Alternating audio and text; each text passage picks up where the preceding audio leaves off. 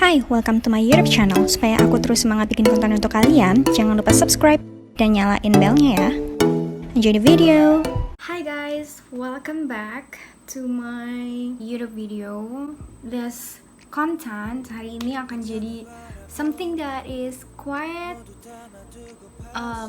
special because konten hari ini adalah konten yang aku buat based on the poll that I made in my Instagram several days ago. So, since I'm a really beginner di dunia per-YouTubean ini, I actually a little bit confused on making content that fit my audience. I realized banyak dari kalian yang mulai follow aku di Instagram sejak aku lulus dari SMA aku. And that time I was the best graduate, and then I also ended up di Komunikasi UI. So a lot of you guys asked about my study tips, also how I ended up in Komunikasi UI, dan yes, things like that. I realized kalau my audience itu lebih suka sama video-video tentang yang berkaitan sama my education life gitu. But sebenarnya akhir-akhir ini why aku nggak terlalu sering bikin video kayak gini, and also why I started my YouTube video with makeup tutorial, not a content like this, because in college I met a lot of cooler people than me, better in education. Aku nemu banget banyak orang yang lebih hebat, mereka lebih ambis, lebih motivated, banyak banget yang kayak gitu.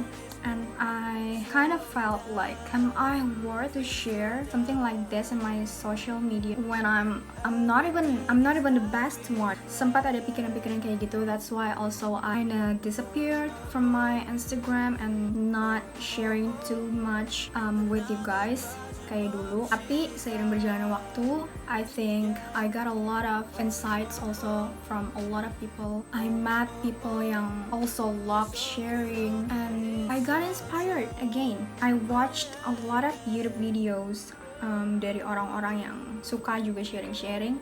Mereka juga ngerasa yang sama aku. They also feel like mereka nggak yang paling baik gitu. Anyway, mereka tetap sharing, and konten mereka tetap ngasih benefit ke audiensnya, termasuk aku gitu.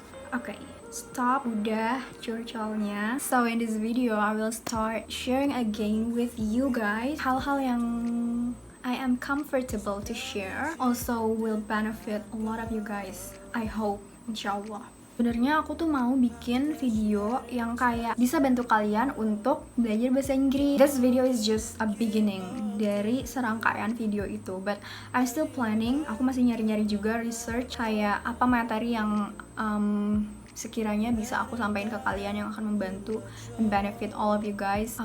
Aku mulai share materi dari mana kayak gitu-gitu. I will try my best. Aku tuh mau jadi teman kalian yang bisa ngebantu kalian untuk lancar bahasa Inggris kayak gitu. Aku bikin video ini bukan karena aku ngerasa English aku tuh bagus banget dan kayak it's perfect, so no. Aku bikin ini karena tadi my purpose is to make something beneficial for my audience. I actually went to an English course for about 9 years, dari aku kelas 3 SD sampai aku kelas 2 SMA.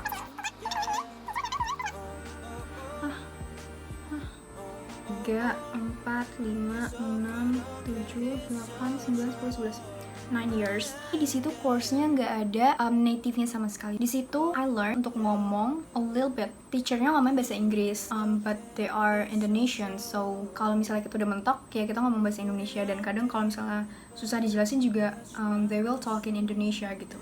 But I did learn a lot about grammar. I am the kind of person yang kayak aku tuh nggak pede kalau misalnya aku tahu aku bakal salah. Sebenarnya ini adalah mindset yang nggak benar ketika kalian belajar bahasa, because bahasa itu adalah tools. Nanti aku bakal jelasin my story. Waktu itu aku tuh ngerasa kayak aku tuh nggak pede kalau misalnya aku tahu aku bakal salah.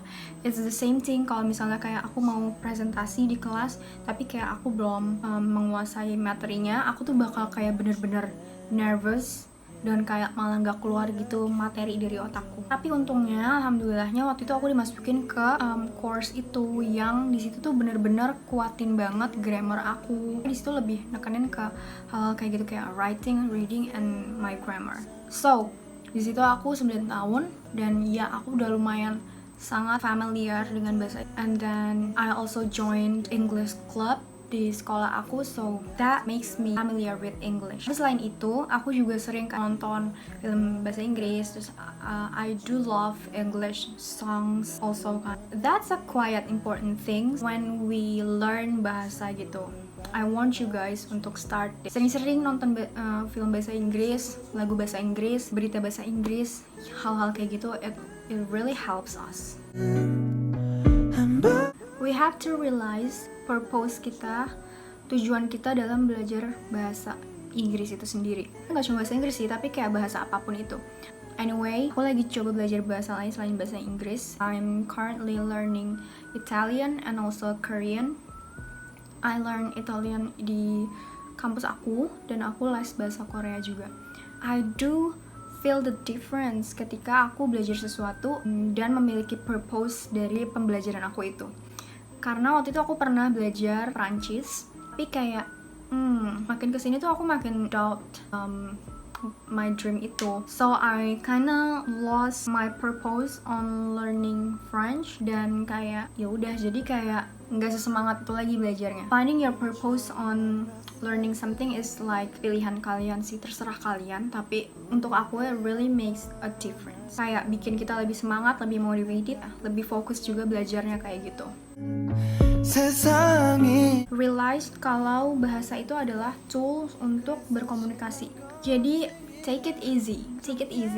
Ketika belajar bahasa itu kayak nggak usah takut salah, nggak usah takut, nggak usah malu, nggak usah kayak gitu-gitu. Gunain aja English as a tools untuk kita komunikasi. Komunikasi itu sendiri kan kayak menyampaikan apa yang kita mau sampaikan ke orang lain, supaya orang lain tuh tahu kan makna dari pesan kita tersebut. Untuk itu menurut aku nggak perlu kayak bahasa Inggris yang perfect grammarnya gitu loh. So ya nggak apa-apa kalian ngomong dengan bahasa Inggris adanya kalian, yang penting bisa menyampaikan pesan yang ingin kalian sampaikan ke orang lain gitu.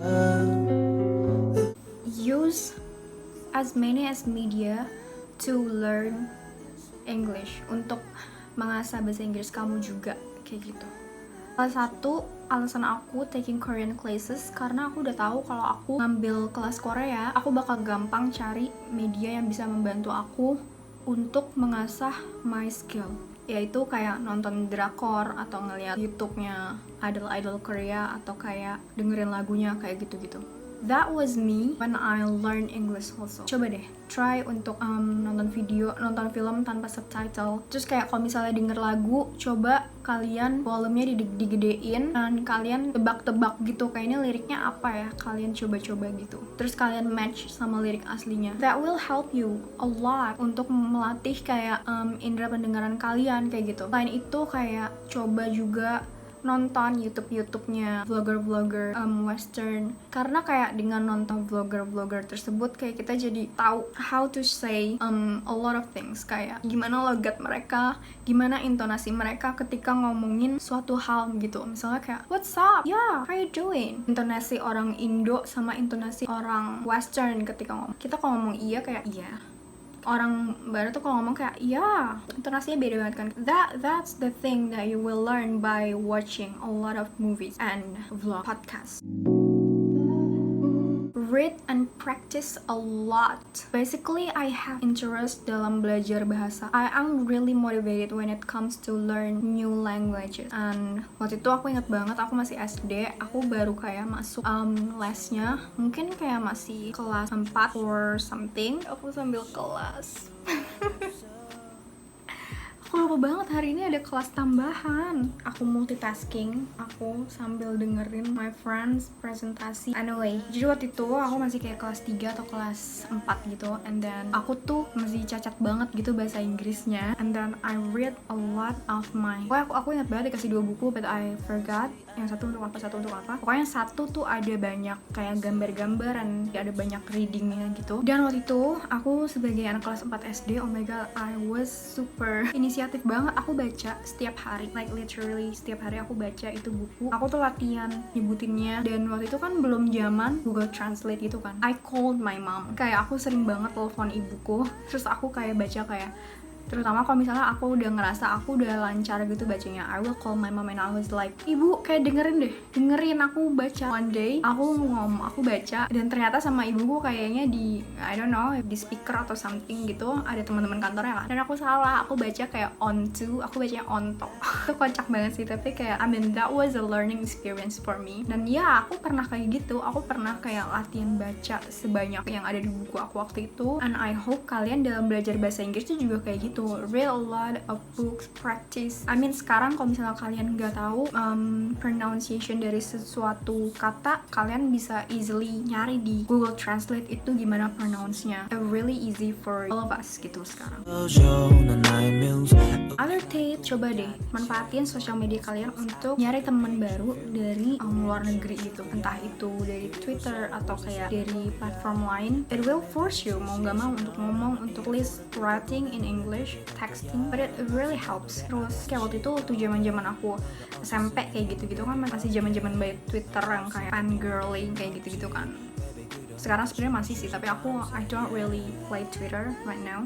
That time when I was in junior high, I spent a lot of my time playing Twitter.